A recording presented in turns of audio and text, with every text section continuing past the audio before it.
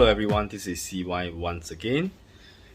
Thank you for joining me today. Right, if you're first time visiting my channel, right, my channel is about having fun making coffee. Today we're going to look at the DF64 once again, and today's episode is going to be a bit different.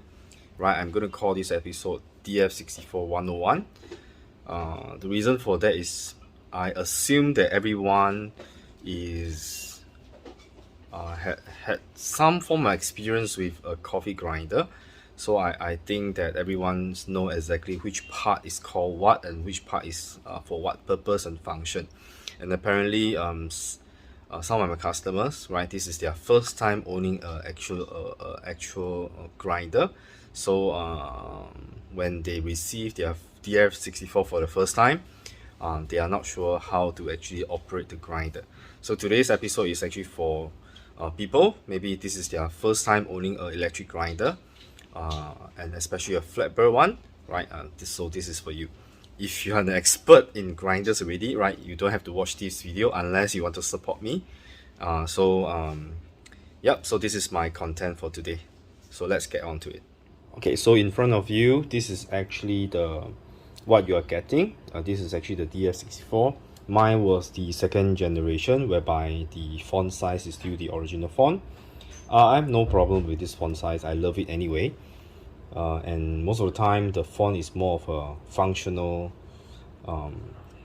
purpose to me and not really a decorative one. So to me, I'm just getting my grind size. Whatever font is on there, it doesn't really bother me. So let me first introduce what comes stock with the grinder. Right, so it will definitely come with a cover. Right, this is actually the cover, which is actually an aluminum piece, a very solid kind of cover. And you also receive this bellow, right? It's a very good quality rubber, right? It doesn't come with the anti-popcorn modification inside. So this is what I have designed and printed for myself. So if you wish to get one, you can actually go to my website. Right, I'll put on the link on top. So you can actually go for it if you want to get one. Right, so this is actually the anti-popcorn, right? And the grind indicator, right, if you purchase from me directly, you should have this with you, because I print this free from all my customers. Right, so right now I'm just going to remove this grind indicator. Right, if you are first time installing this grind indicator, it will be very tight. So do not worry, the plastic will never scratch the aluminum, right? So don't worry about trying to remove it.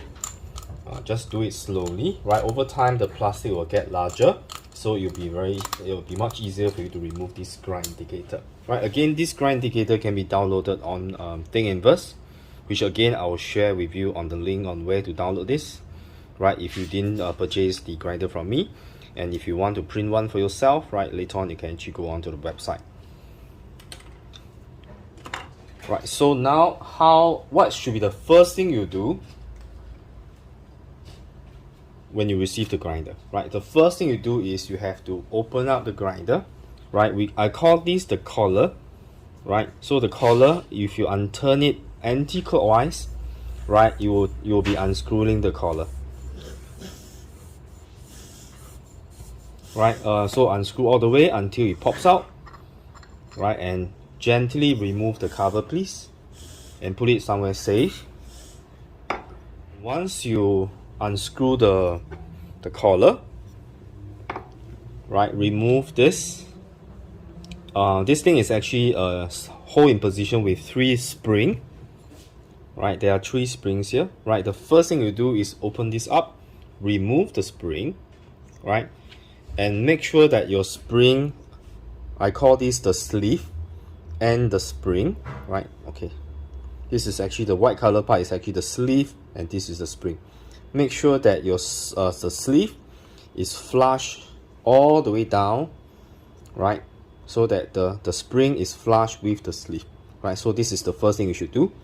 Right, again I have to shout out to Jeffrey. Jeffrey is the one, my customer, that actually taught me how to do this. Right, so this is the first thing you have to do. Right, a shout out to Jeffrey. So make sure that this part will go all the way into the grinder, right? So now you just have to push back in. Of course, if you receive it brand new, right? It will be the best thing that you do this first before you start grinding your coffee, right? So you should do that to all the 3 springs, so that you can see that before and after, the spring should come out quite a bit, and there's a bit of free play with the spring when you compress it, right? Originally, when it comes with the factory default, the sleeve is almost up, maybe left about 3 to 4 mm of the spring left exposed, and that's actually very bad, and that will actually cause your espresso range to be very small, right? So that's the first thing you check. First thing you should check, right?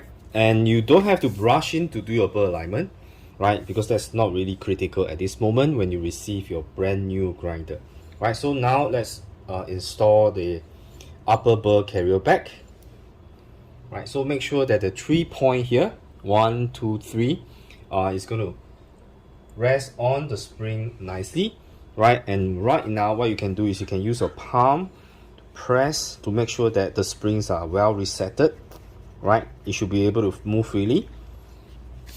And the next thing you should do is you can just screw the collar back, right?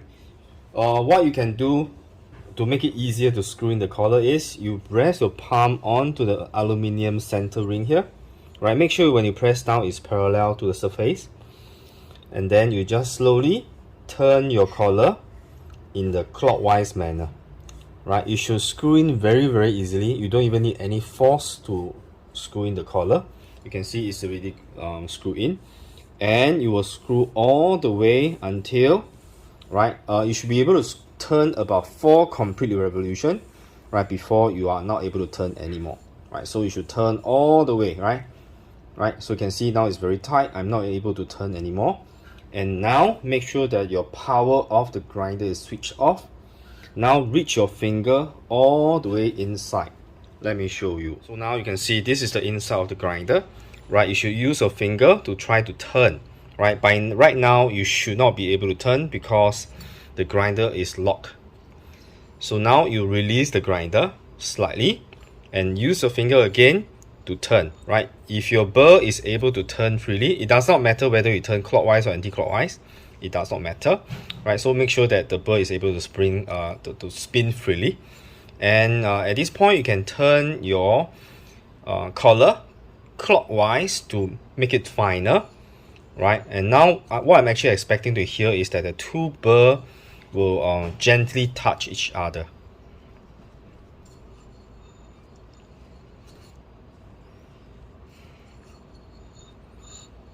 I'm not too sure whether you can hear that.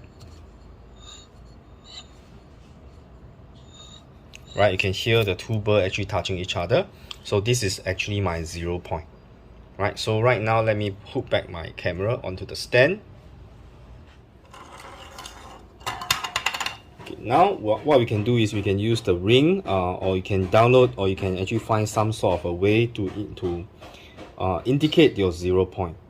You can see that on my grinder, the 0 point is not exactly at the center, so it's slightly towards the left hand side from the center. Normally a well-aligned burr will allow you to have a 0 point slightly to the left.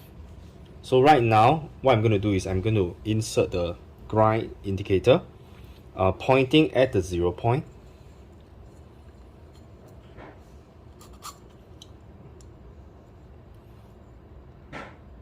Right, my grind indicator is very well seasoned. Right, if you are just download and printed this for yourself, it's going to be a very tight fit.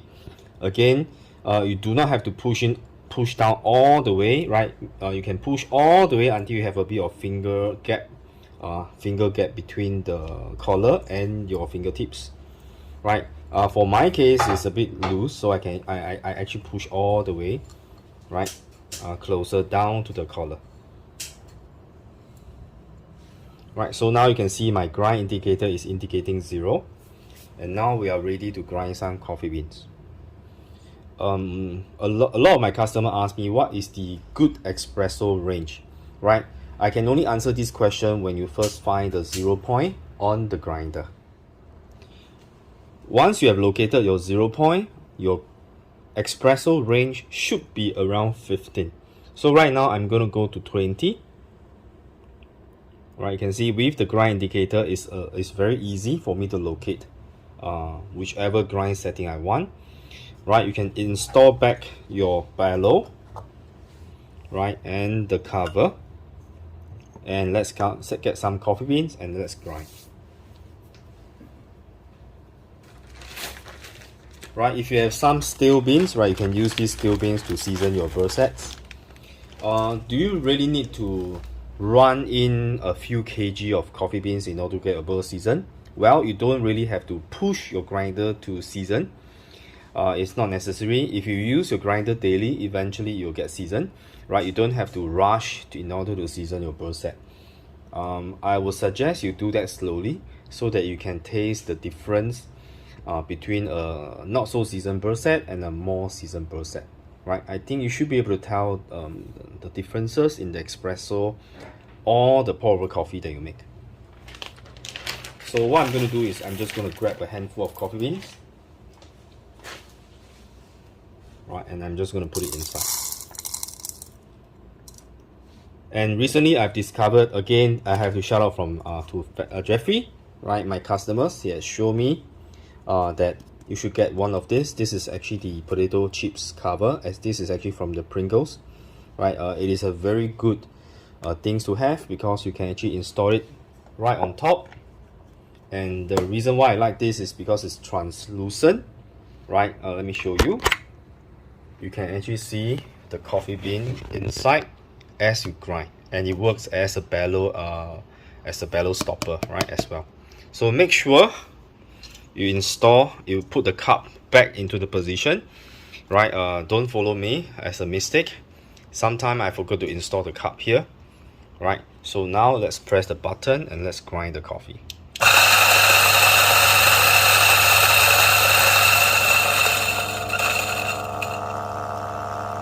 So the next question asked is, should I bellow while the grinder is turned on, or should I bellow when the grinder is turned off? Actually, if you don't press really hard on the bellow, it does not really matter. But if you press hard on your bellow, right, when you turn the grinder on, if you press too hard on the bellow, the two burr may be touching each other, and it may actually cause more wearing to your burr set. But the wearing is only on the flat surface of the burr, which is not really involved in the grinding of the coffee beans. So that is actually more for burr alignment, right, and not so much involved in the grinding action, right? So right now I'm just going to bellow while the grinder is off. Right, you can see that there's quite a lot of coffee bean comes out, and let's see whether when I switch it on there will still be more coffee coming out. You can see the moment I turn on, right, there's quite a bit of coffee that still comes out. Right, so you can see that now I don't have to press very hard, and most of the coffee will have already been bellowed up. And you can just turn off, and the grinder actually has an auto stop timer, right? It will auto off the motor by itself after about 45 seconds. Right, this is actually to prevent overheating of the grinder motor. So this video is just going to be a very short one to show you the different parts of the grinder and what you should do first when you first receive the grinder. And there are a lot of other modifications which I've done, right? So this is the 10-degree tilt base. Again, this is not necessary, right? A lot of my customers ask, is it necessary for me to get the 10-degree tilt base? My answer to that is no, right? It's not necessary. It's just an extra modification that you may want to install, right? In my personal experience, I find the installation by placing the grinder on the 10-degree tilt stand, it allows me to get the burr alignment easier. Right now, I don't have any scientific reasoning for that at the moment, but through my experience, I've tried to align the burr many times, with and without the 10-degree tilt stand, and without fail, I can get the 100% burr alignment in about 2 tries if I have my grinder set on the 10-degree tilt stand. The second thing I recommend that you should be getting is this one, right? This is the new modification which I've created, right? This is actually the adapter ring for the portafilter or holder, right? You know that the problem with this grinder is the gap between the exit chute and the dosing cup is very far away. So when you try to grind coffee, right, especially if you grind coarse coffee, right, coarse coffee is about 50 to 55 if from your zero, right? So especially if you grind coarse grind, the shaft can actually be blown out of proportion, and you can see that there's a lot of static issue, you know, and then your shaft will be covering at the side of your grinder. However, if you try to, a lot of us will do this manually, bring the cup closer as the grinder grinds coffee out. So what I've done here is with this adapter, right, you can just put your cups on, right, and then now what you can do is you can place your cup directly below, right, the exit chute. So now you can see that the gap between the exit chute and the dosing funnel or dosing cup is reduced to maybe less than 1 cm, right? So this will allow most of the coffee ground to enter the cup without any coffee ground flying out. So let me try that and show you. What I'm going to do now is I'm going to measure about 18 grams of coffee. This is the normal amount of coffee that I use for my espresso. Right, normally if I do a pour over, I will prefer to be at least 20 grams.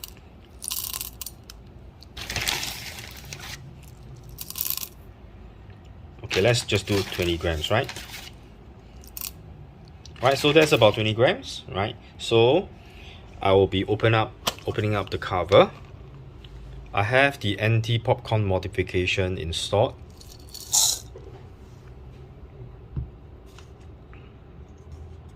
So now I will use the potato chip cover. I'm using one hand because the other hand is actually holding on to the camera. So this can be a bit tricky with one hand.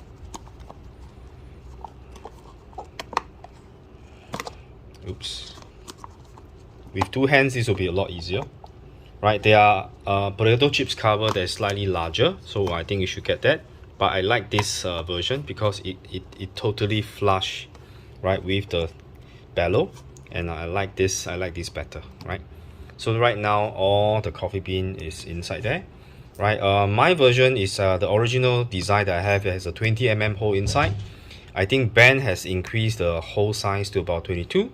Right, mine works with no problem because even though the bean can get stuck sometime, but I can just rotate my bellow, right, and the beans will drop in, so it will solve the problem. So I don't have to increase the hole size.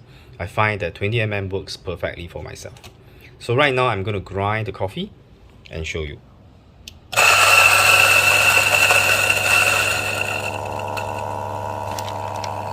So you can see now the coffee is stuck, so I'm just going to turn.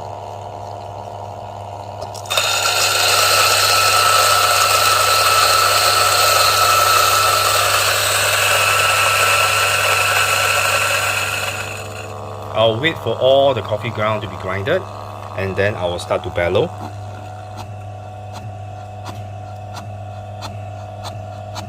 And you can see there's no coffee flying out in this setup. So I think Ben could be right. I think the 20 mm hole may be a bit too small, but I don't see that as a problem because I can always turn my bellow, right? If you don't like this extra step, right, you can download Ben's version, which is actually modified from my version.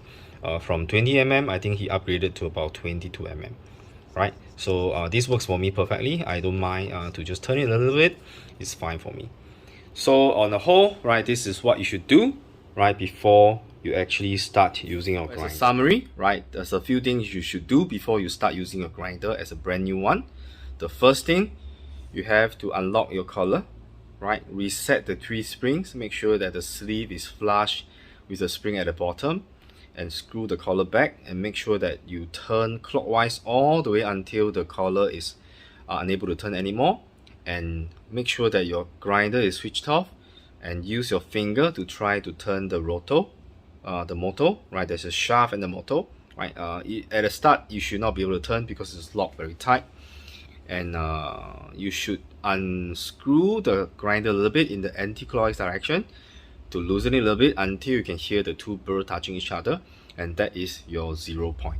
And it is very important to get the 0 point, because if you want to know your espresso range with reference to mine, right, you have to find this 0 point. So that when we talk about 15, a setting of 15, you know it's actually from your 0 point to 15, and you'll be similar to my 0 point to 15, because that's where the burr touches, and 15 marking away from the 0 point. So in that way, we can have a common language of what is the correct grind size. Sorry, not correct grind size. What is the perfect grind size for you, for your espresso beans, or for whatever kind of roast that you're having, right?